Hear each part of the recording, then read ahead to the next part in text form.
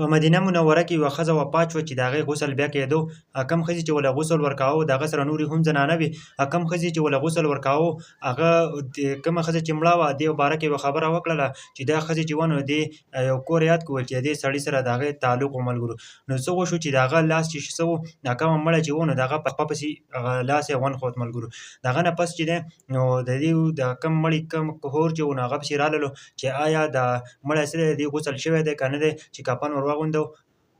د جنازې ټیم پوره دی چې دننه ورته ښځې اواز وکړو کمې ښځې چې ورسره غسل یې ورکاوه ملګرو هغه ورته اواز وکړو چې ستاسو مړی چې دی نو ما نه پرېږدي ما ډېر زیات کوشش وکړو خو د هغه نه پس بیا چې دی نو 2-3 ورځې اوښتې دي بیا هم چې دی نو هغه په یو ملا پسې لاړل ملا ته یې وویلو چې دغسې واقعه راغله. ملا ورته ویلو چې دا کومه ښځې چې ورله لاس ور وړی دی د هغې نه لاس ووایه. خو بیا چې کومې ښځې چې وه هغه لاس یې چې ورله نیولی وه کومه ښځې چې ورله غسل ورکاوه نو د هغه خاندان نه منله. بیا چې و نو هغه بل ملا له لاړل که نه او بل ملا ورته وویلو چې آیا تاسو چې دا کومه ښځه چې مړه ده نو د دې نه څه کوئ غوښه پرې کوئ. نو هغه هم د هغه خاندان ونه منله او هغه وویل چې موږ داسې نه شو کولی.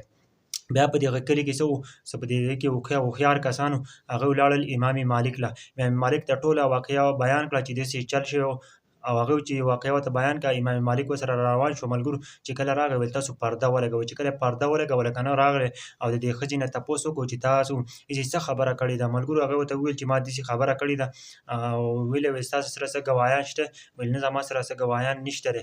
ویل بیا هم تاسو خبره کړله یا ته پخپله دلته ویل نه ما پخپله هم نه دلدله خو بلکې د دې په دې کور په خوا دغه سړي په دې کور په خوا باندې دې څه وه دا ښځه راپورې وته او منګی په سر و د اوبو څه لوښی د هغه د وجې نه ما دغه الزام پرې ولګاوه.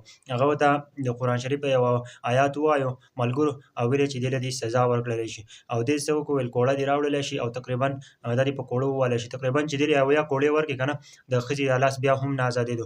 تقریبا چې و نو بیا وله 15 کوړې ورکړي. بیا چې وله 80 کوړې ورکړي که نه د دې ښځې څه شو دا لاس څه شو جدا شو د دې مړي نه او د دې مړي غسل یې وکړو او د هغه نه پس یې ښخ کړو. ملګرو دا اصل واقعه چې ده نو دا په مدینه منوره کې راغلې وه چې هغه یوې ښځې بلې ښځې باندې الزام ولګاوه